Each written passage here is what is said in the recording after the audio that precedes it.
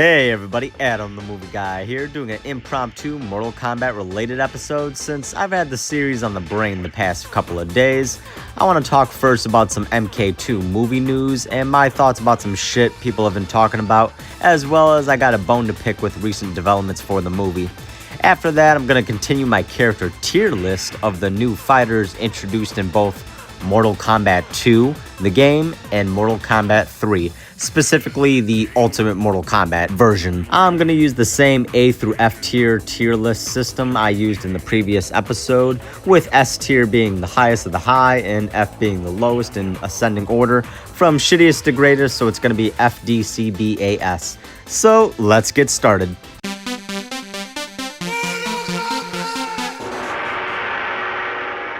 Round 1, fight! Getting into the Mortal Kombat 2 movie, which is a follow-up to the one released in 2021. Holy shit, that was forever ago. I want to start off with positives first. The preview of the movie looks fucking incredible, and it looks to be a step up in every way from the previous film. We get a lot of returning characters like Sonya, Jax, Raiden, Scorpion, and fucking Cole. I'll get to him in a minute, don't worry. But we also get ones that got killed off in the previous films, such as Kano, Kung Lao, and Bihan, but not as Sub-Zero. He's back in this bitch as the undead noob Cybot. Fucking pumped for that. Which also continues the tradition of death not meaning a fucking thing in the Mortal Kombat universe. But we're also getting some true fan favorites such as Baraka, who looks like a fucking beast in the previews. We got Jade, we got Queen Sindel, we got the fucking final boss himself, Shao Kahn, we got my wife, Katana. Not shown in the preview was Quan Chi, but I heard his iconic evil laugh, and he's been cast in the movie, so I'm excited to see what role he'll be playing. Now, as for the preview itself, it looks fantastic. We get great little moments, fucking epic ones too, like Baraka facing off against Johnny. He's about to be a fucking jobber like he always is. I'll get to that later on in the episode. Liu Kang having what looks like to be a confrontation with Kung Lao. Shao Kahn looking like a fucking menace and killing off who I assume was King Jared, the previous ruler of Outworld, husband of Sindel and father of Katana.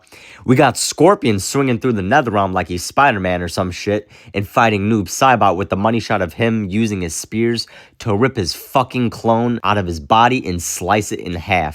That's a bust-a-nut shot right there, baby. We got some action shots of Jax fighting Jade, Johnny Cage fighting Katana, Liu Kang fighting Shao Kahn, and a playful sparring match between Katana and Jade. Now, I love the trailer, and I'm absolutely excited to see this movie.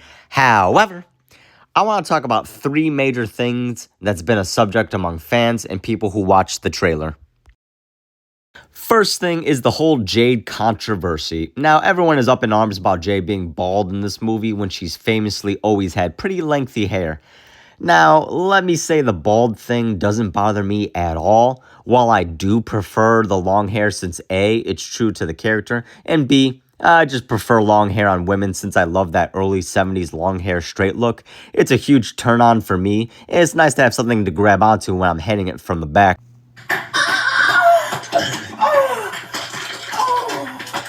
I like this dick. You like this or not? You love this dick. Oh, I love it. Yeah. It's your favorite dick, right? That's my favorite. Yeah. That's your large. Oh, yes, it's large. Yep, that's it. That's in your chest. Yes, it's in my Feel it in chest. your chest. That brings back memories. However, there's some bald or shaved head queens out there, and Tatiana Gabrielle, who's the actress playing Jade, she's one of them, okay? Calm the fuck down. I loved her in Chilling Adventures of Sabrina as Prudence, so I know she can bring it as Jade. Everyone's been busting this poor woman's balls about her having a fucking shaved head while playing Jade, but honestly, it doesn't really bother me, really.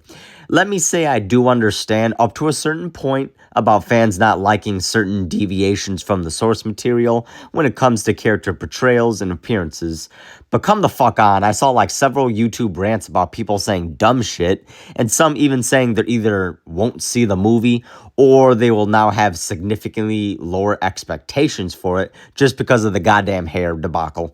Holy shit, people, settle the fuck down. It's really not that deep. And again, I respect and prefer keeping to the source material as close as possible, like any diehard passionate fan. But is this really the fucking hill to die on? Fucking chill out. Second thing, the whole Cole situation. Now, okay, Cole Young was an original character created for the first movie, and he wasn't based on any other pre-existing video game character in the franchise. And while I love the actor, Cole was more boring than watching goddamn paint dry. Now, I know he's supposed to be the audience surrogate when Sonya is introducing him to the Mortal Kombat tournament and info dropping the lore for him in the audience, but why in the fucking world didn't they just start off with Johnny Cage, who is the perfect character to do that with? And I heard from the grapevine from early screeners, Cole allegedly takes a backseat in this movie, and Johnny and Katana are the main focus. So what was the fucking point of making him the main character in the first movie and not Johnny? Unless they do something interesting with his character, which I hope they do, since he's played by Louis Tan, who's a fucking badass dude. And my personal theory on that is, since he's been established as an ancestor of Scorpion, he may end up replacing the current one played gloriously by the fucking GOAT himself, Hiroyuki Sanada, since as awesome as he is as Scorpion, the man is in his mid-60s. So how long could he realistically do this role? Not long, I'm sorry. My theory is he may get killed off and Cole steps up as the new Scorpion, and I really wouldn't mind seeing that since he's much younger and closer to Scorpion's canon age when he died in the video game series. He's a martial artist and he could do all the moves, and they could give him Scorpion's powers and spear, replacing that lame-ass armor summoning power he had in the first movie that everyone made a joke about, that his power is literally plot armor. Alright, third and last thing, and I'm not happy about this. The fucking release date change from October 24th, my sister Ashley's birthday, to motherfucking May 15th, 2026. A whole goddamn several months when the fucking movie was already delayed due to the writer's strike, among other things. And it's been 4 fucking years since the last film already. Now it'll be 5 since the previous release. Jesus Christ. And the apparent reason is this, and you're gonna get knocked on your ass, everyone. The reason behind the release date change is apparently some genius at Warner Bros. Felt confident after the positive reception of the trailer, so they decided last minute, hey, you know what, instead of releasing the movie in October, a perfect month for Mortal Kombat, let's release it in May to maximize profits to get that start of summer blockbuster money. Okay, now, I would normally agree with this, except the fact of what else is releasing that May of 2026.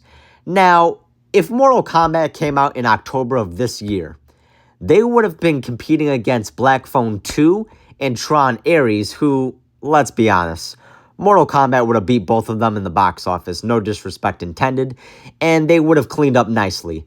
Now, they're releasing the movie in May 2026 and are competing against films such as Avengers Doomsday, a possible Supergirl movie if it's not the next month, but it'll be pretty close, and a goddamn Star Wars movie with The Mandalorian and Grogu. It's a bold strategy, Cotton. Let's see if it pays off for him.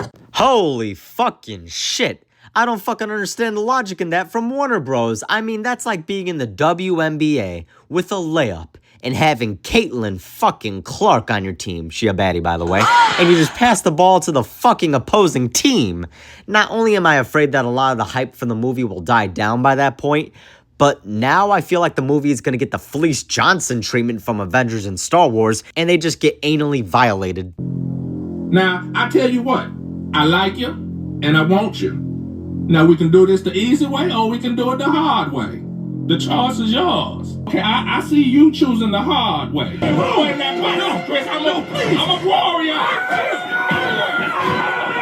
Now, I pray that's not the case, but I gotta level with you all. I don't have much hope for the movie doing well financially anymore. I don't wish that to be the case. I don't want to be a negative Nettie. I can't believe I just fucking said that. But It just does not sound like a good idea to change the fucking date last minute like this. And now the competition is gonna be so much more fierce.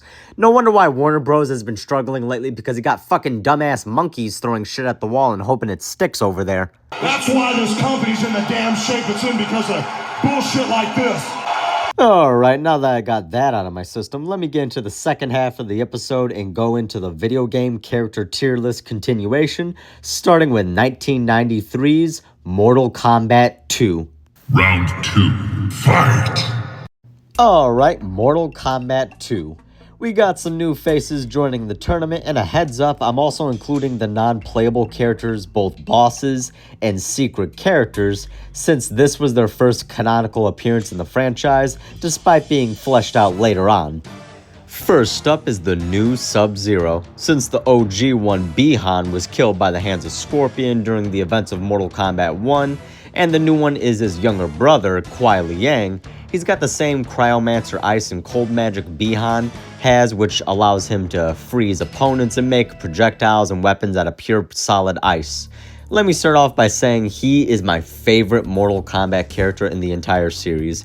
He started off picking up the rivalry with Scorpion after his bro Bi-Han got torched by him, and the back and forth rivalry between the two of them is the stuff of fucking video game legend. He's bros with Smoke and Cyrax's fellow Lin Kuei members, and even did the mentor thing with Frost and the Combat Kids, introducing MKX. Although, in Frost's case, she was a lost cause and went fucking psychotic. Kuai Liang is one of the strongest characters in the whole franchise, being able to fight on par with the Scorpion, another heavy hitter. He was able to beat Ermac and Goro and Kentaro in his cyber form in MK9. He clapped Sector's cheeks for control of the Lin Kuei and became the Grand Master, and he's even technically defeated Raiden if you're counting MK versus DC, which, since the multiverse exists in both Mortal Kombat universe and DC, which has acknowledged one another multiple times, it does count. And to cement his ranking with this, I'll say one last thing. He has canonically defeated Batman in a one-on-one fight in the Batcave.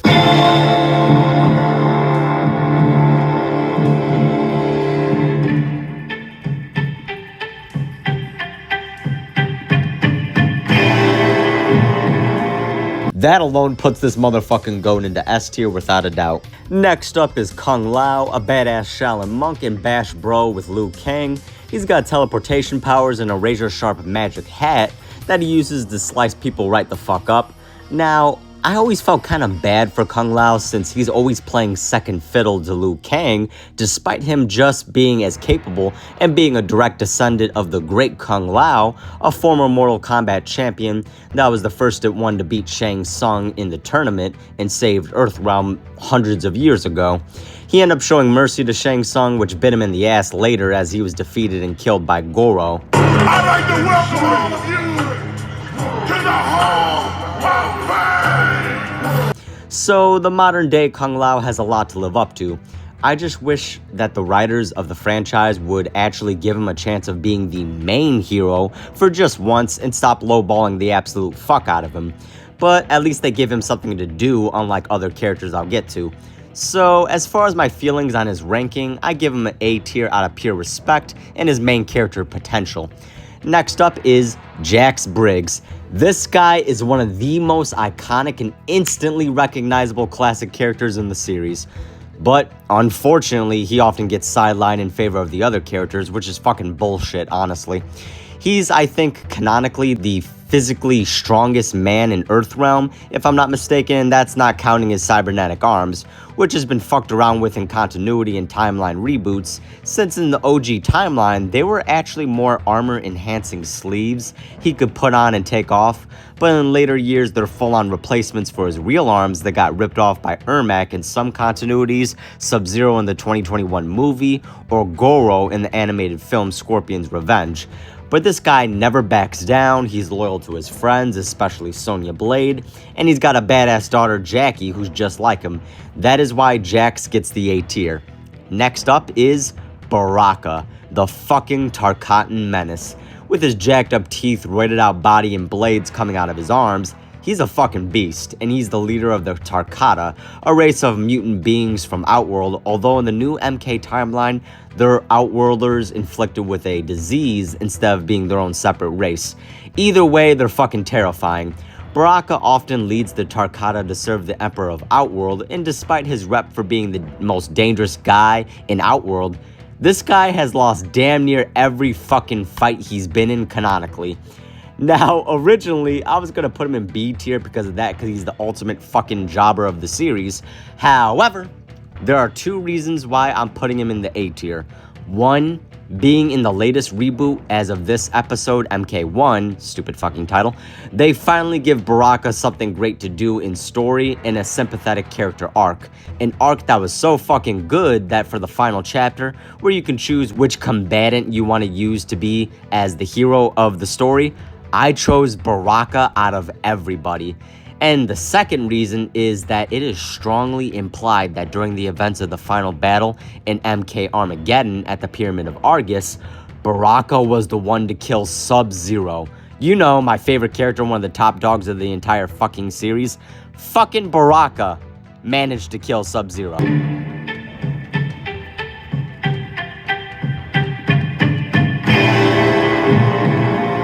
That elevates him into A tier by itself. Alright, next up we have my wife. Son of a bitch, I mean Katana. Anyway, Princess of Outworld and daughter of Queen Sindel and King Jared, and adopted daughter of Shao Kahn and sister of Melina.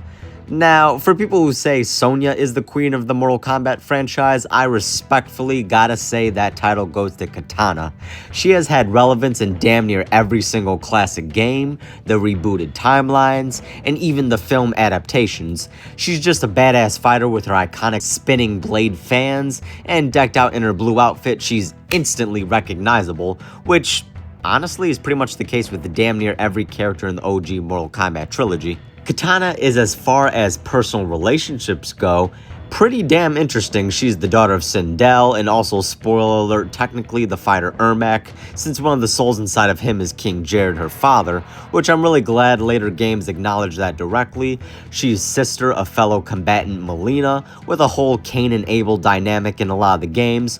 Although I prefer the newer interpretation of them truly loving each other, she's best friends with Edenian warrior Jade, and they always have each other's backs. She's also got a very interesting mutual respect with Goro, being both royalty and seeing the honorable side to each other even when they're fighting on opposing sides, which I always thought was pretty great for the lore and world building. Her love interest being Liu Kang for the vast majority of the series. However, the new timeline, it's implied Johnny Cage is about to sweep her off her feet, which I gotta say I never saw that coming, but I'm all for. No disrespect to Sonya. And the last thing I want to say about Katana as a whole is for the Mortal Kombat 2 movie, she's being played by Adeline Rudolph. I've never seen something so goddamn beautiful in my entire fucking life. The perfect choice to play Katana. I loved her as Agatha in Chilling Adventures of Sabrina for Netflix. She goes from playing a witch. Sweet Jesus. Clear. Does anyone else hear that? Yeah, and it's getting closer. And it sounds like awful luck. Mine.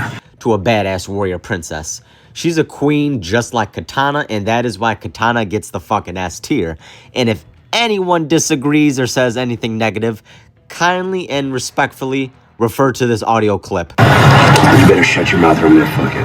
Oh, fuck.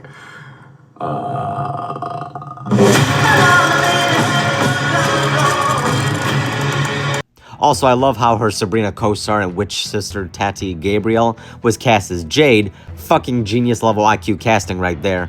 I'm just imagining if Kiernan Shipka, Sabrina herself, and Abigail Cohen were cast as future characters in a possible MK3. Sweet Jesus. Good lord, Warner Bros, make it happen.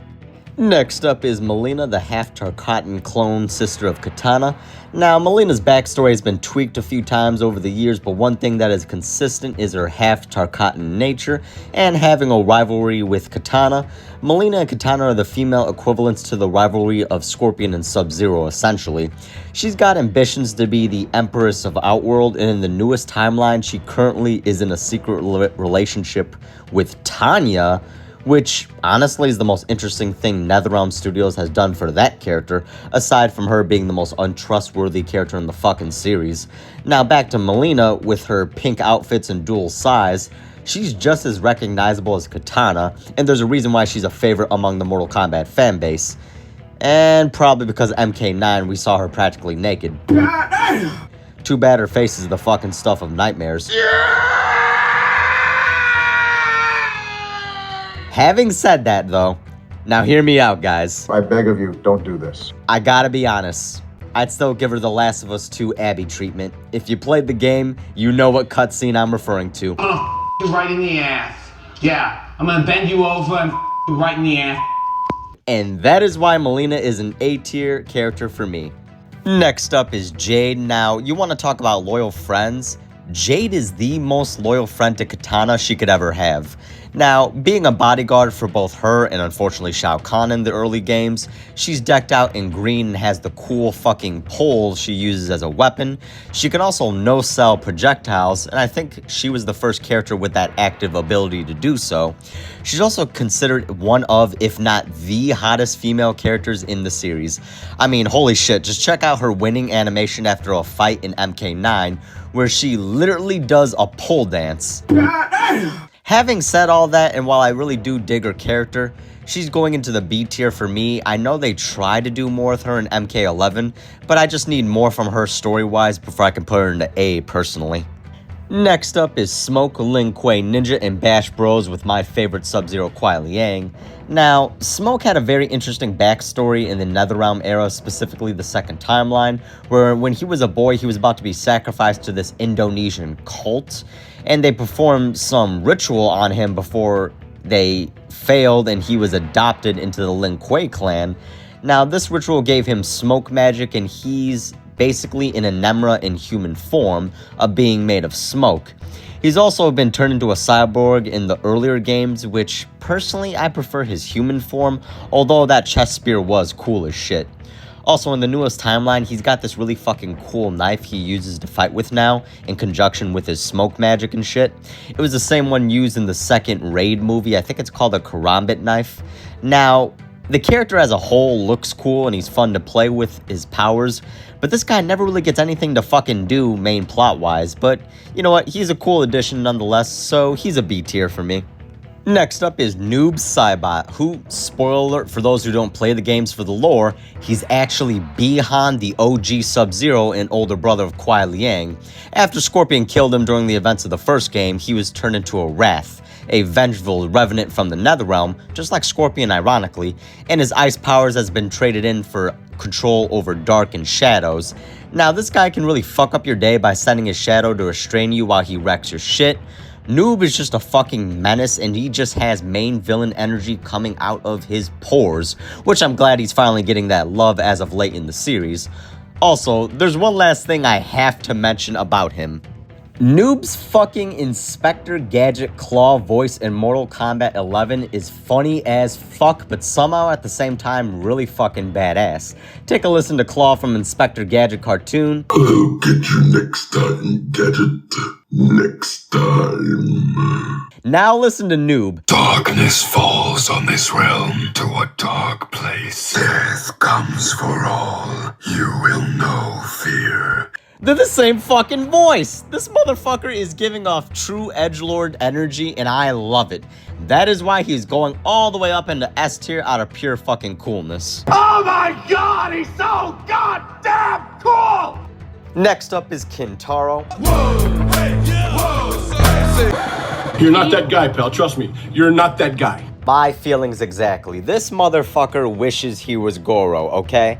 Now, design-wise, he's pretty damn cool, and he's basically Goro, but with tiger features, and he's a different breed of Shokan.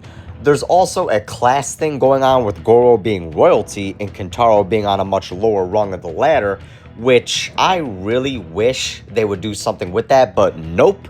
The writers never take advantage of that. Kentaro doesn't get anything to do but be a wannabe poor man's Goro. I imagine them having a great rivalry like that scene in The Boys TV show with Goro being Soldier Boy and Kentaro being Homelander, having an interaction just like this. Buddy, you think you look strong? You're just a cheap fucking knockoff. Oh no. I'm the upgrade.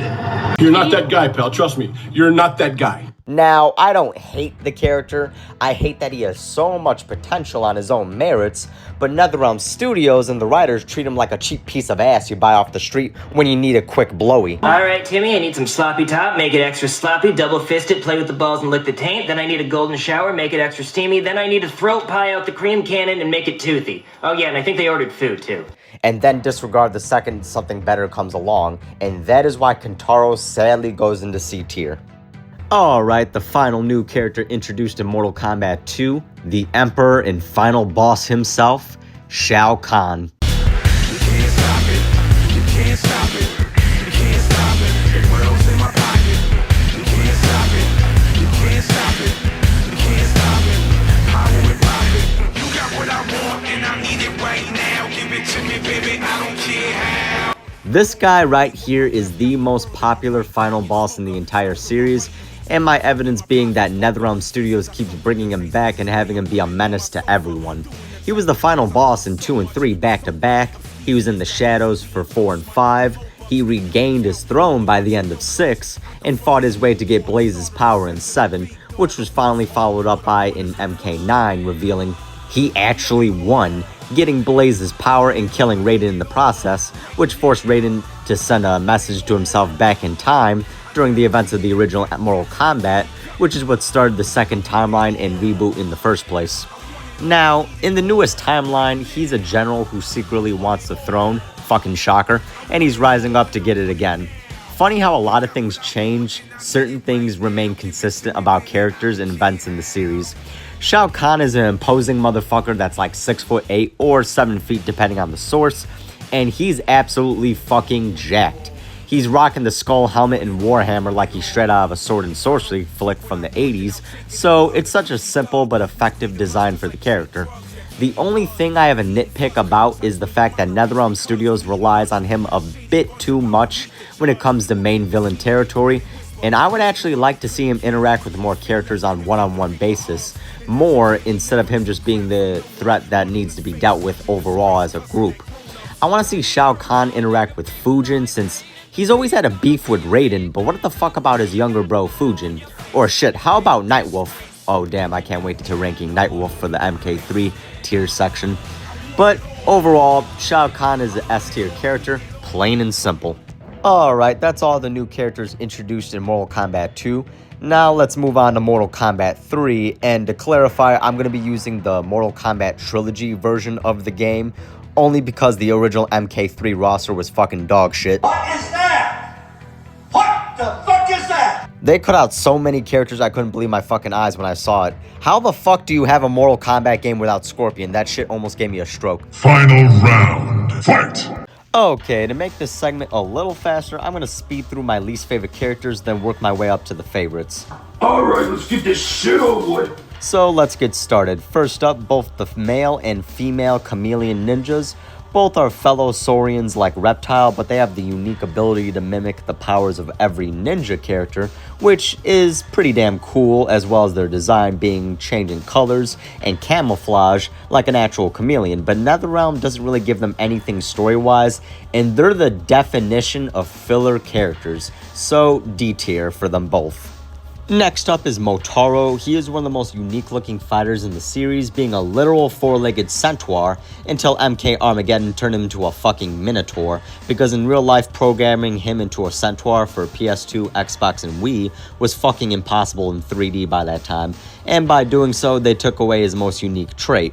Now I was gonna put him into D tier, however, he just makes it into C tier, since his OG design is very memorable and canonically, he killed Johnny Cage in Mortal Kombat 3.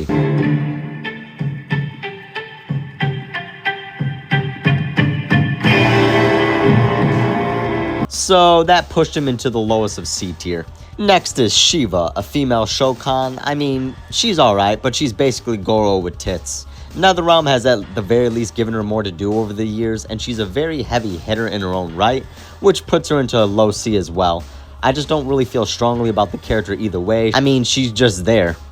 Next up is Rain, the purple ninja with water-based powers, and he's a demigod in the older timelines, being the son of the god Argus and a mortal mother. Ed Boon got the idea since he's a huge Prince fan, so he created Rain and decked him out in purple because of the song Purple Rain, go figure. Now, Rain is very powerful and his moves are admittingly pretty cool, but you can tell NetherRealm didn't give a fuck about his character until recently, where they made him somewhat more relevant to the main story in the latest game. Not really though. So he belongs in mid-C tier. It's kinda cool to see him on the roster, but I really wouldn't miss him when he wasn't. Next up is Sector, former Lin Kuei member turned cyborg, who started his own cyborg and robot clan called the Dakunin.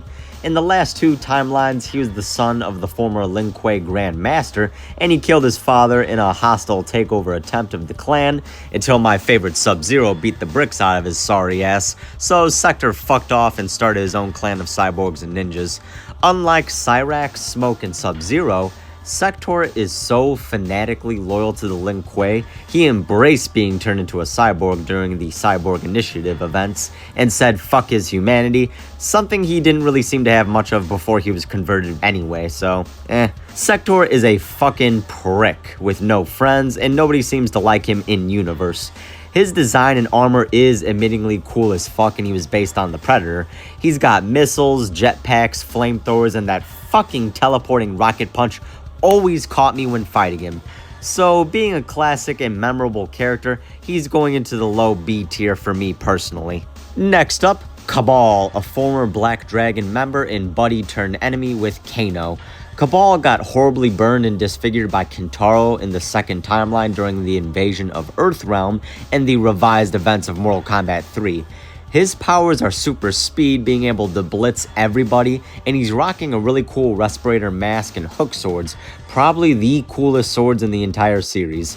Now, the franchise writers are so fucking inconsistent on Cabal's allegiance, and when it comes across as they really don't know if they want him to be a villain or a hero.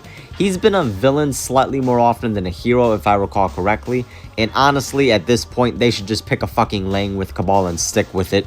As for his ranking, I'll give him a high B since I always enjoyed playing as him and he's admittingly cool as shit.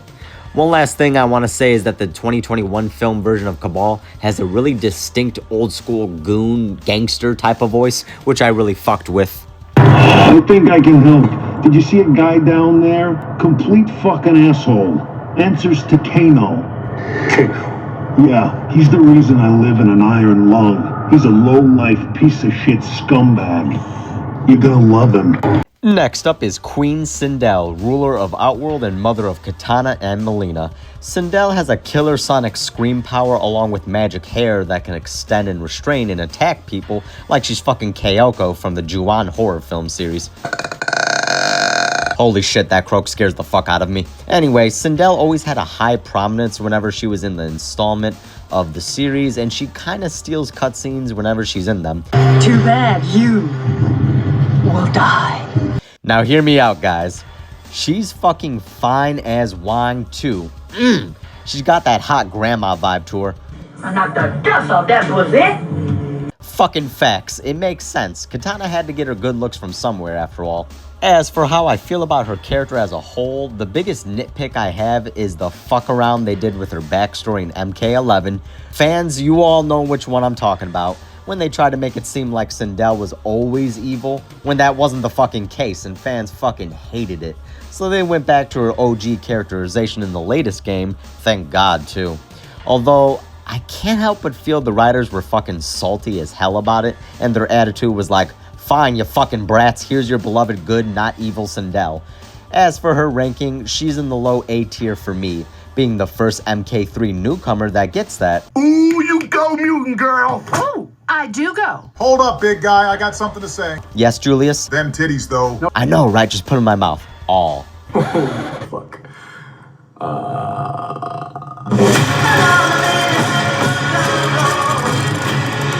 Next is Cyrax, Lin Kuei member turned cyborg. Now, personally, out of all the cyborg characters, Cyrax is my favorite between his yellow Bumblebee from Transformers look, his moves with the bombs, the nets, and the blades. He's the fucking best cyborg out of all of them. He also has a personality and character arc that I sympathize with him being turned into a cyborg against his will, being brainwashed and enslaved until eventually getting free and joining the side of good, and being a legit friend of Sub-Zero. He's a character you can really root for and you want him to make it out of shit alive. Also, his human design in MK9 was perfection. I really like how he's explicitly from South Africa and he's from Botswana, since it shows that Lin Kuei recruits from all over the world and not just parts of Asia, which really opens up character possibilities for future games. Cyrax goes into low A tier for me, since he's my favorite cyborg character in the series. Next up is a character I know I'm gonna get a lot of raised eyebrows for, since I'm putting him so high up on the tier list. But that character is Police Officer Sergeant Stryker. That's the sound of the police. That's the sound of the beast. Yeah, that's right, Stryker. Now, I know he's one of the most divisive characters in the franchise, but I truly don't get the hate for the character. His OG design isn't as bad as people make it out to be, and I find it kind of charming in a way. Although his redesign in MK9 is fucking glorious. And is to me the definitive version of the character, since they took all the complaints about Stryker, minus the biggest one which I'll get to next, and made him look cool, and he fucks really hard when you play as him.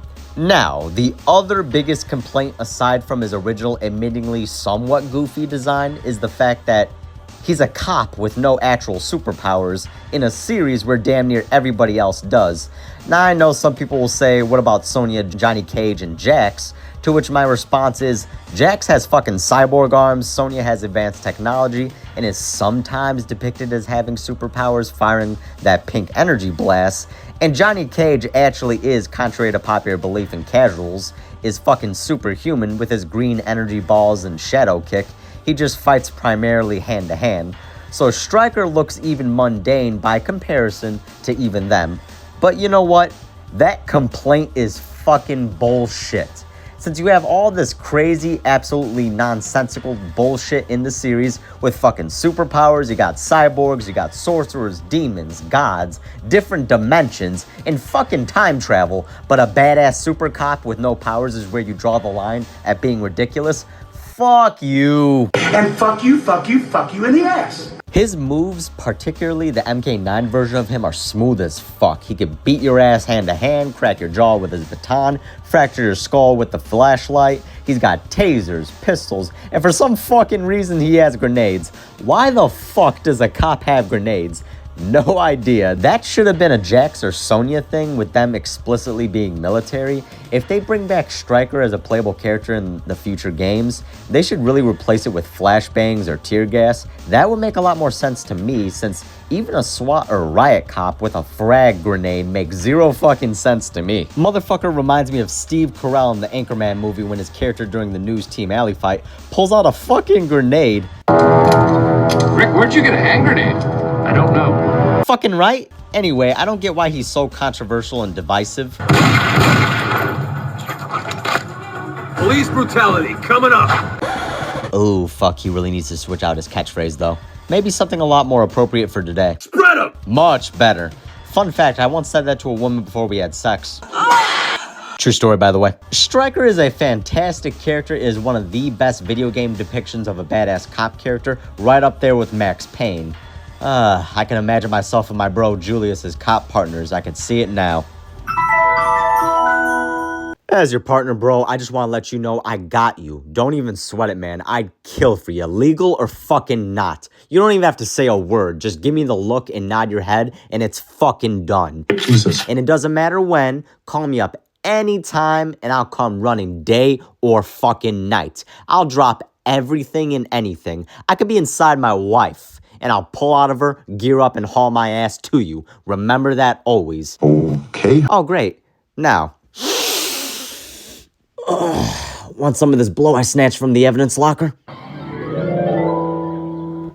Yeah, that would sum it up in a nutshell. Now, to get to the ranking, I am placing Stryker in my upper A tier. What? How? I keep telling you, but he's brain dead. What the fuck are you talking about? Yeah, you heard me, motherfuckers. Stryker is an A tier character for me. He's fun, he's badass, and he gets shit on completely unfairly. And if you want to throw some impressive feats in there, in Mortal Kombat 9, he canonically defeated Reptile, Melina, who, side note, he seems to have a fucking beef with since in Armageddon. He cleaned her fucking clock out of nowhere, and it was completely unprovoked. He's defeated Ermac, one of the most powerful characters in the series, and motherfucking Kentaro.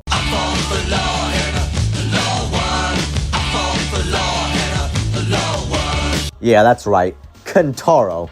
And this guy thinks he's better than Goro? You're just a cheap fucking knockoff. You're not that guy, pal. Trust me. You're not that guy. Not only does this elevate Stryker, but also lowers Kentaro's sorry ass, since motherfucker is an 8-foot tall, 4-armed, super strong dragon man, tiger, fire-breathing hybrid, and he got his ass beat hand-to-hand by Stryker, who's quote-unquote just a normal cop. For all you fucking whiny shit talkers out there who hate on him, he's an A-tier character, and that's the bottom line. I'm the big dog, and you don't want any of this, or so help me God, I'll go full Nancy in this bitch. Nah, I'm the only chef in this kitchen. This is my kitchen. This is BB's kitchen. Alright, final character. This next character, in my opinion, is the most underrated and slept on classic Mortal Kombat character in the entire series. I'm talking about my guy, Nightwolf. He is one of the coolest characters in the entire series and really deserves to be considered a top dog of the franchise, with the others like Liu Kang, Scorpion, Sub-Zero, Katana, and Raiden. And he should be talked about more in that breath. He's a Native American shaman with very powerful magic, able to summon spiritual energy weapons like tomahawks, bow and arrows, knives, along with these spirit animals. He could call down lightning to strike his opponent, similar to Raiden, and a beam of white light so fucking powerful it could harm gods. And it was the move that Nightwolf used to take out Sindel after she damn near killed everybody in Mortal Kombat 9. Holy shit, was that a controversial moment, but I digress. And side note, he had to sacrifice himself in the process, so RIP to that version of Nightwolf. Aside from powers, he's a fucking unit when it comes to hand-to-hand combat. That motherfucker does not play. Now, for those of you listening who don't know, his real name isn't actually Nightwolf. Nightwolf is actually a ceremonial title passed down through different warriors deemed worthy in Nightwolf's tribe by the Great Spirit that they worship and believe in. I recall Nightwolf in an interaction with Shang Tsung that he killed Nightwolves before in past tournaments, which leads me to my next point in regards to how I want Nightwolf to be portrayed in a future live-action movie or TV show. I actually want to see a female Nightwolf. Now hear me out, guys. There are two reasons behind this. You're thinking with your dick. One being the whole Nightwolf thing being a mantle. It doesn't have to be Grey Cloud as Nightwolf, especially considering in the games that they have already done different versions of characters from different timelines, with the newest game doing a gender swap version of both Cyrax and Sector, making them female. Although in this case, it would be explicit that this female Nightwolf isn't Grey Cloud, she's her own character, just like how there's a male chameleon and a female chameleon character in the series. It could be done especially well with the actress I had in mind as the basis for live-action films and or video game motion capture for a future game, and that person would be Amber Mid-Thunder. I loved her in the Prey movie, and she could definitely do the action required for the role. She fought a predator, for fuck's sakes. And I gotta level with you all, she's absolutely stunning.